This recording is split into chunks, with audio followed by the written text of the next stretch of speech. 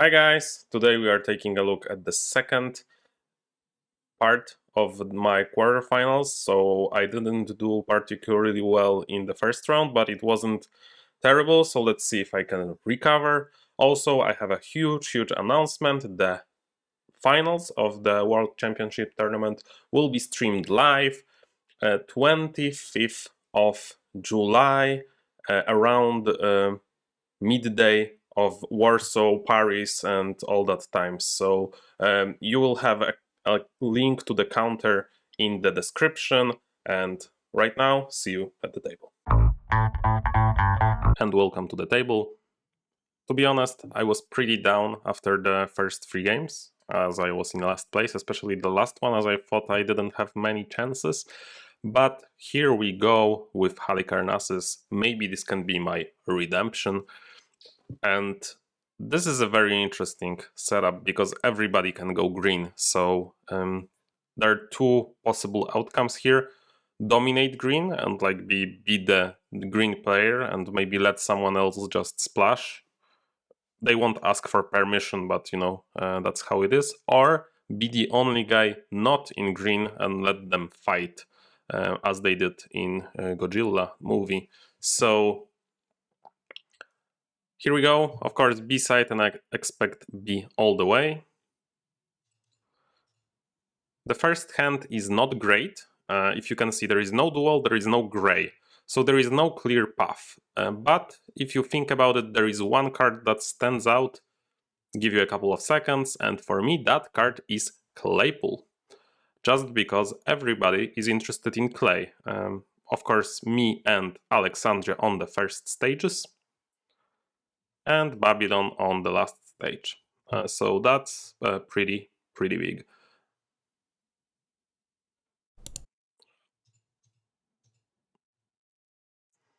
This green push got me worried a little bit, and from this hand, again, I see a clear winner here. For me, it's guard tower. Getting a hang of red is extremely important. I don't necessarily need to win red right now, but I want to be. I want to either win red or win red cheaply on one side, and this looks like a weak side right now. They both have duels, so it might be hard to convince them to be in green, both of them. So when I mapped the hands, because again, this is turn-based, I had a lot of time to think about all of this. In 3-player, whenever you get the second hand in first and second age, you know all the cards in all the hands, so you can, you know, start mathing out or like calculating, like in chess, who plays what and what happens.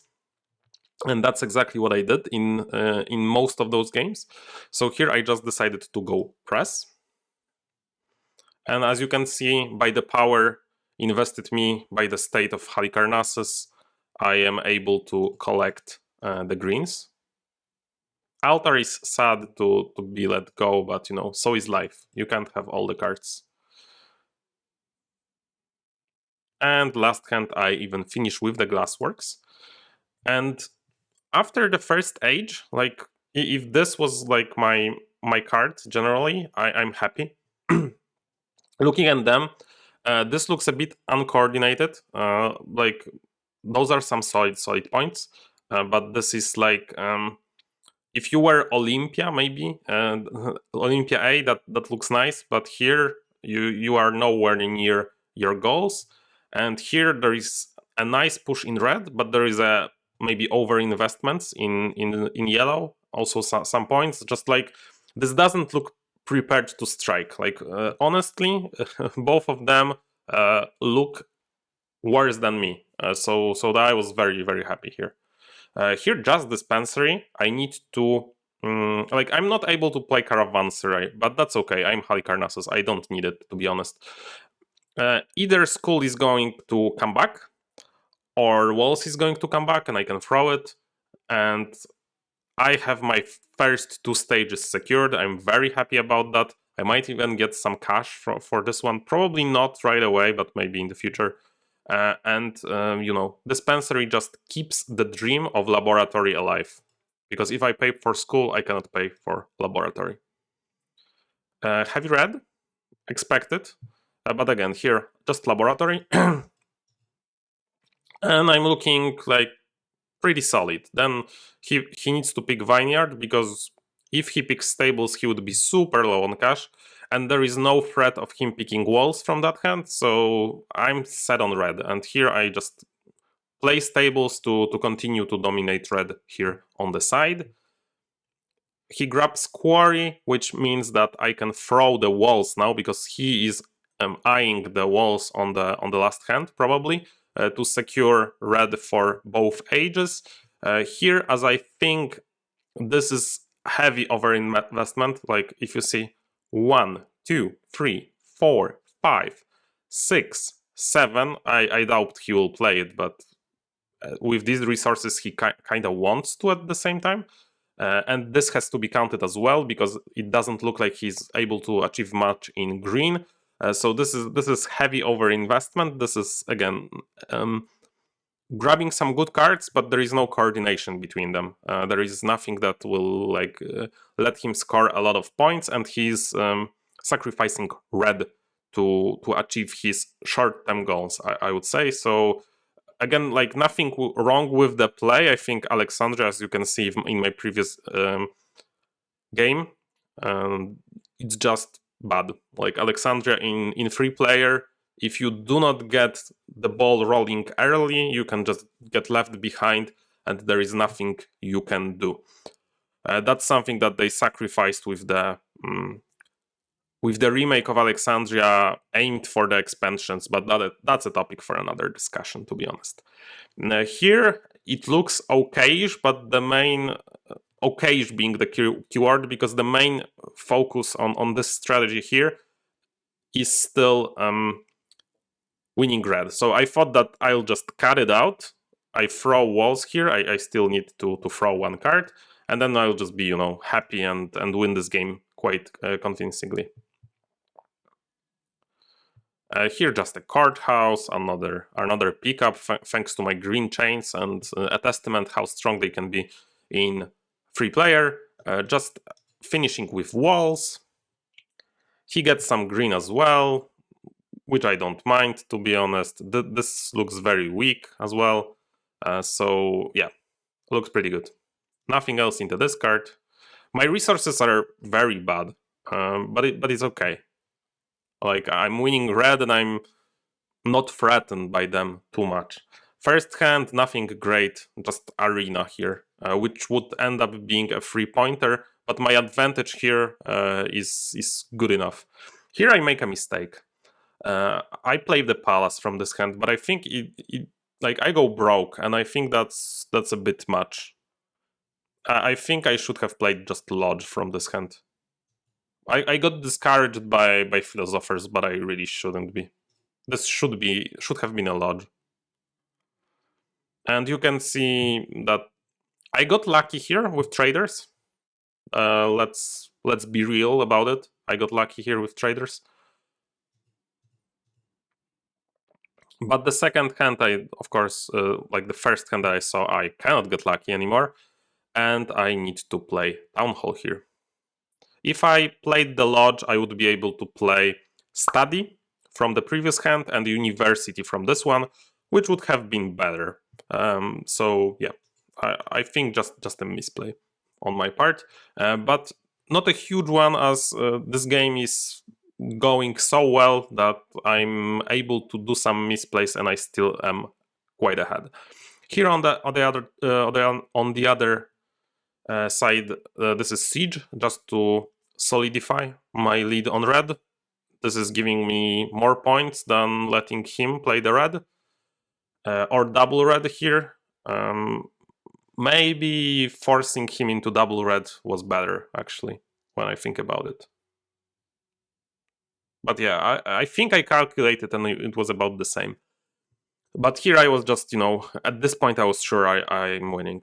Here, just hiding Academy, because there is a better card. Like, doesn't matter what I hide, I'm still building a 6-pointer blue from this card.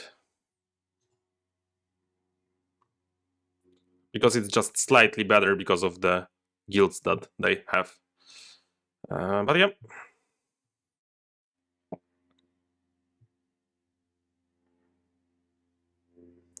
Solid stuff overall. 61, 52, 47. With this win, Realism has 10 points, I have 8, and Sivaji has 6, I believe. So I got back on the right track.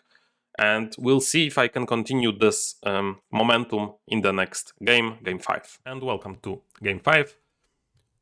Again, I really need to beat Sivaji here. Or I just need to like score well and still continue my hopes of advancing here. So just a repeat, 10, 8, 6 right now. This looks a little tricky. If you ask somebody, and if you would ask me, which wonder would you like to be here? I would say Rhodos before this game. And I don't think many people would say Ephesos. So I was slightly worried, but you know, there is always a chance. And Rhodos is going B. There is no question about that. Babylon, from what we saw from Realism in the previous game, I 100% expect B. And I had a really, really tough choice here. Because I can go A and like not care about stone. Maybe I can hide some stone. Maybe that could be good for me. And if I open a timber yard, this would be excellent. But at the same time, if I am able to grab like trading post, any of them, maybe this can be a really good path to victory. But I was quite scared here. I chose Ephesos B just before because I was feeling it more lately. But I think it's a real choice here. And I get the timber yard. But there is something else you have to realize about that hand. I will not be able to play anything if I pick the timber yard, and of course I'm picking the timber yard because it's like the browns are so important and this is like the best card that I can open, and this is the best card for any of us. This is a little sad because I think that whoever opened timber yard had like this is the biggest swing in opening cards. Like whoever opened it had like a pathway opened to them, and thankfully it was me this time. But here I'm unable to grab Loom and Apothecary because they're on the same hand, and Glassworks and Workshop the same. The only way that I can do this is if they grab some of them, but why would they, to be honest? Like, I can see maybe Babylon going full green, but this is not what Realism showed before, so I was expecting more of a red push here. It's also important to, like, if you play this multi-game clashes, it's also important to realize like what your players like to play, because they will fall to their defaults a lot of the time. Like, for example, here he could have opened with press, for example. Like, this is fighting. Of course, this is a duel, but this is suggesting at least one red here. So here I just chose Scriptorium. I thought I just played safe. And this hand gave me a lot of trouble when I analyzed this. Of course, I know each hand, and I mapped it out, and I thought that the best path for me is choosing Altar, actually. I was really, really wanting to play West Trading Post, but I thought that if I play that, I will have not enough points in this game. So I decided to go for... initially I picked this, but I switched to Altar. And I think this is one of the good plays, really good plays I make here. Here I chose Glassworks, and it's really hard. Like, I analyzed this as well, probably way too much. This game is like imprinted in my brain for a long time because I've spent so much effort here. Glassworks, I thought that Realism will pay me, and I wanted to like cut this out and not let the cash flow for the glass be here. And also glass is more important for the point scoring opportunities like Temple in the second round and the Town Hall in the third round, and some of the guilds as well, like Builders Guild, for example. So yeah, Glassworks, but it was really hard. I think it's really close. Here, I think this is one where, after I analyzed this, I think I might have disagreed a little bit. I picked East Trade. I should have maybe picked East Trading Post, but instead I think I hide it. I think it's very, very close. But I calculated my picks in the second round, like what I need, and I thought that I just don't have time to play it. But in the end, it turns out that I do have time, of course, because some of the picks are on the same hand, and I'm unable to grab all of them.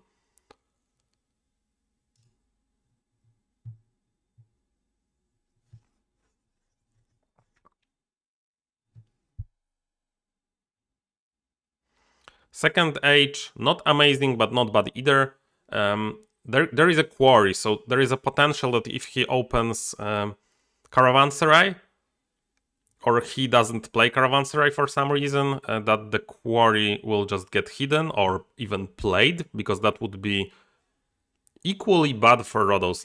Like in this situation, I think it's important to realize that you do not have to hide the quarry or throw the quarry. You can just play the quarry. If Rhodos has to pay 6 gold for this stage, this is not a great stage. And he's paying most of them to you, and he's probably, he probably needs to throw, or he needs to play not dispensary, vineyard, and he will be slow. This is a huge tempo loss, and there is walls as well. So if he plays quarry from this hand, he will be able to grab the walls. He's probably able to beat Rhodos then on the red, but of course it's hard to justify. I'm just picking school from this one.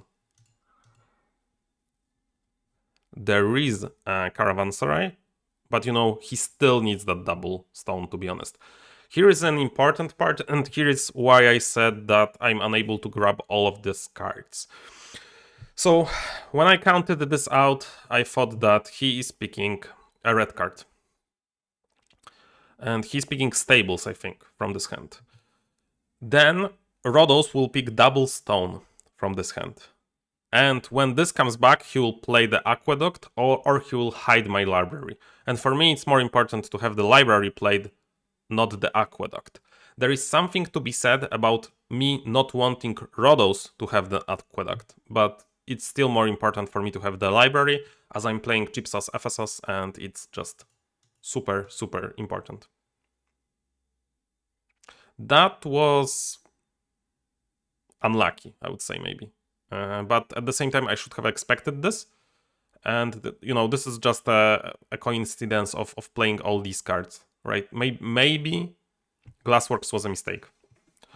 Maybe I should have, anticipated some of these. And in this situation, if he had Glassworks and I had Loom, this would be, reversed. Then I would be able to grab the Courthouse from this one. Here I decided to play the Loom. And my lines going forward will be Loom, double ore, and then preferably a green, and then a wonder stage. That, I had this all planned out all the way. And even when after this, before even the second pick, I have this planned out because I expected this as well. So, why would I play that? I'll just show you how it goes, because it will be easier for you to see my resources. Double ore here. Yeah, exactly what was expected, to be honest. And here, laboratory. And we'll just go to the last pick. There is a statue, but I'm still playing a wonder stage. And here, if you take a look at my resources, I'm able to play Philosopher's Guild, for example. I'm able to play Decorator's Guild. I'm able to play the cog from the last age, so I can try for a double, for having 2 sets. I have a free last stage. There is just a lot of opportunities for me, and that was my goal when I was trying to project what the best resource base is for me. I also am able to play Pantheon and Palace for gold, which was still important to me. So I generally am well prepared. And let's just take a look at this. This is another weak pickup. I think he was a little maybe unlucky with the spread of the cards in both of these games. Let's take a look right now. So I am at 19. We'll count every fight as +6. Sivaji is winning one fight even if he finishes this stage, so he's at 25. He's +6 compared to me. And Realism is winning both fights right now, and he has another pickup, like he has one more card to play, so he's at 28, so he's 9 points ahead. So right now it's looking pretty grim for me, but at the same time, I thought I was well prepared, and I see Traders Guild, for example, again, my favorite guilds in two of these games. And as you can see, my preparation with Foundry paid off. I'm able to play decorators here. And I'm looking weak, so they are paying me because they're racing each other. Here, I think this is where I make a second small mistake in this one. Maybe not even a mistake, but I should have picked Magistrates, I think. And what I predicted is not what happened. I predicted me picking Academy, him picking Craftsman, him picking... I thought Magistrates is a little hard for him, but maybe I shouldn't. But I thought that given his gold, he's not going for Magistrates. He's most likely to play Gardens, for example, from this one. And then Magistrates get back to me, or maybe even I play the Study. But it's not what happened at all.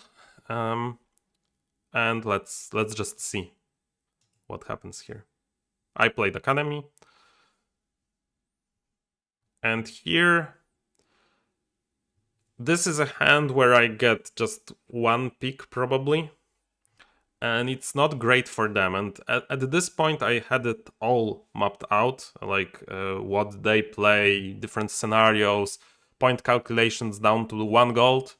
This was the only game that I analyzed this hard, but I kind of glad that I did, and I hope you appreciate the super over analysis that I do right here. So let's take a look at points. 35, 38, 39. So I almost caught up to them. And I got another 7-pointer, and I thought that if I don't play it right now, this will get buried. So I need to play it right now.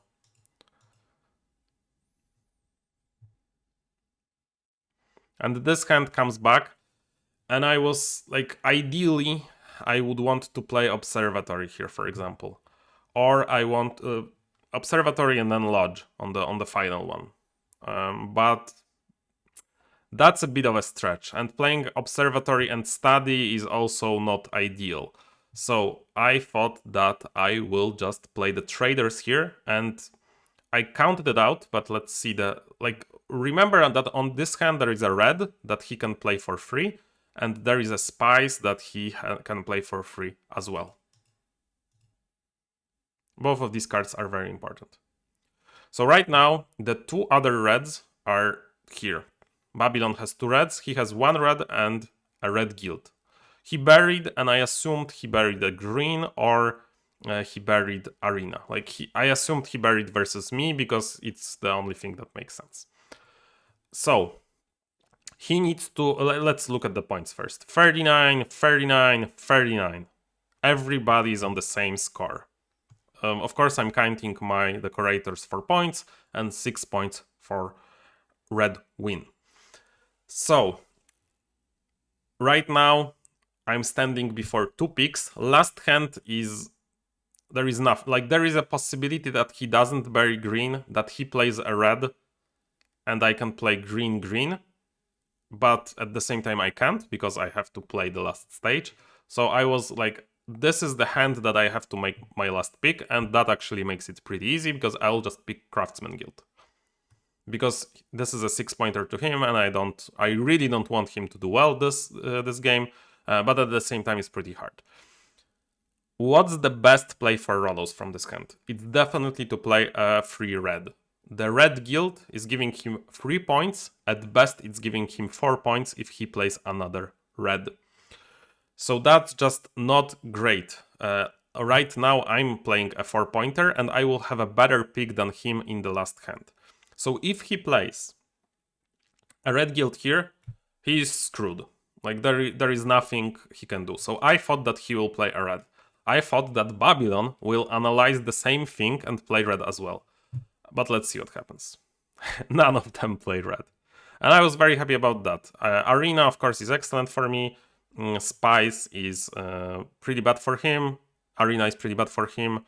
I played a card that was barely okay, but, you know, just okay. Again, Foundry coming in big. Like, I was so happy that I played this Foundry in this game that you couldn't imagine. Of course, I'm playing the Last Wonder stage. He's playing Gardens, I believe, and he has a stage and a throw, something like this. No, a stage and a green, of course, yeah.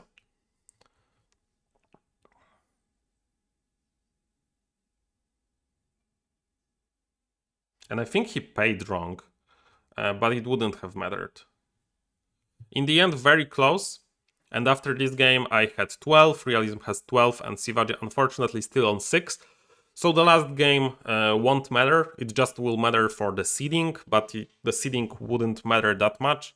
But I'm just going to quickly show you this game after this one, but yeah, what a game. Chip saucing my way to the victory, like just 4 resources, really precise play with like, I really knew what I wanted to do with all the cards that came, and like I knew that the cards that I was interested in, they were not that interested in. I had a lot of picks, and this like games like this make you really appreciate Ephesos. Like it's just so versatile wonder, just wonderful. And yeah, maybe they misplay, like they paid me I think quite a lot, and maybe that was the misplay that they made. But at the same time, it would be hard to justify paying to some other people, and some of the cards they just had to pay to me. So yeah, very very happy with this one. I advanced to the semifinals, and let's just quickly show you the last game. And welcome to last game. As I said, this is just between me and Giza here for the first place, so we'll just quickly go through it. Just the B-side, just Timberyard. I'm not that interested in Timberyard, but they are, so I'm playing it.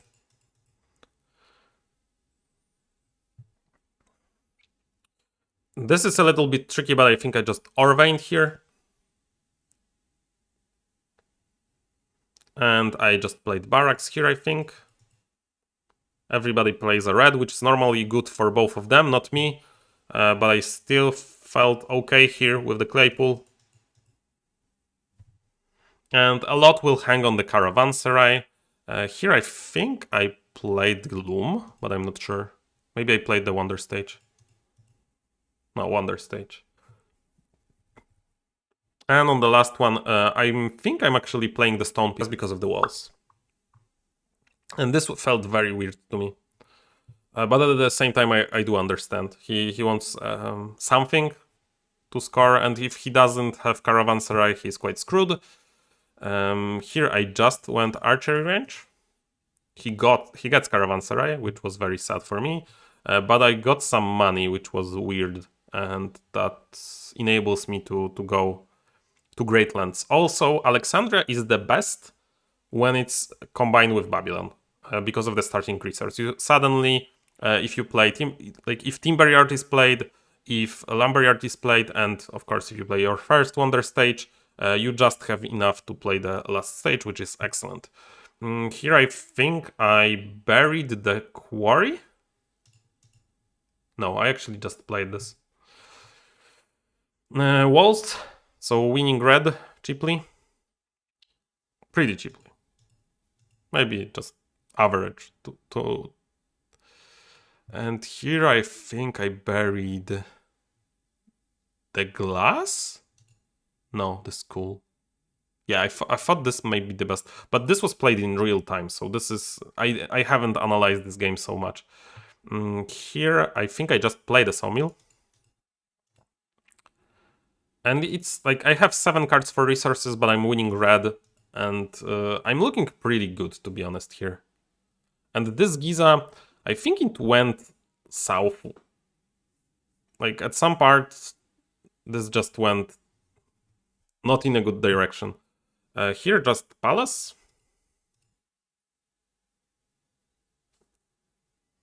And I think still builders.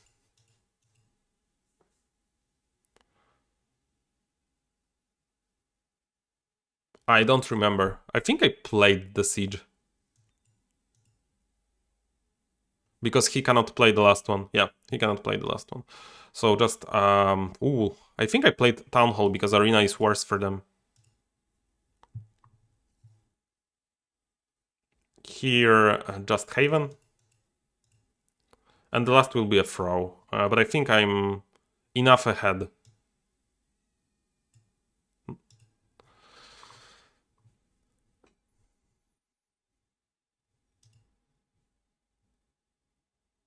Like, I think this was underutilized Caravanserai, and this meant that Giza wasn't able to proceed well here.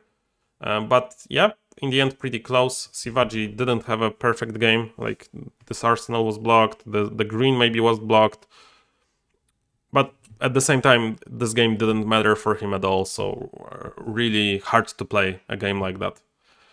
So in the end, I won the last 3 games, which I was very happy about, and I got 16 points. Realism got, I think, 14 points, and Sivaji still was on 6.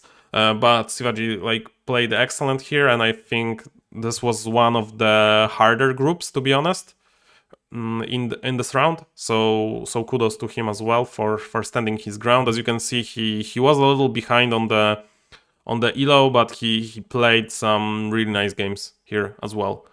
I was very happy to go through, and I'm very happy to be in semifinals, and I will show you the semifinals in the first part of the semifinals in the next video, because this will also be 6 games in the semifinals, so that's quite a lot. And there you have it, guys. I was able to advance to the semifinals, very happy about that. If you are happy with me, please consider subscribing to the channel and liking the video. And if you already subscribed, thank you for being an excellent subscriber. I'm trying to reach 1,000 subscribers. That was my initial goal when I started this channel. We've been doing this for more than 2 years, more than 200 videos about 7 wonders. And we are still not there, but it's okay. I will still continue to make videos for the channel. But big announcement, as I said in the intro, the final will be streamed live on YouTube and on Twitch. I think I will be able to do that, and you can watch you can watch the play from the final there. I'm not going to spoil who is in the final right now. I don't think I will be able to make the semi-final video for me before the finals, but you'll just have to wait and see who makes it to the final. But you know, 25th of July, 12 a.m. Or PM. I always get confused. In the middle of the day in Europe, not in the middle of the night. You will get a link to the counter in the description. See you there. You don't want to miss it. Bye.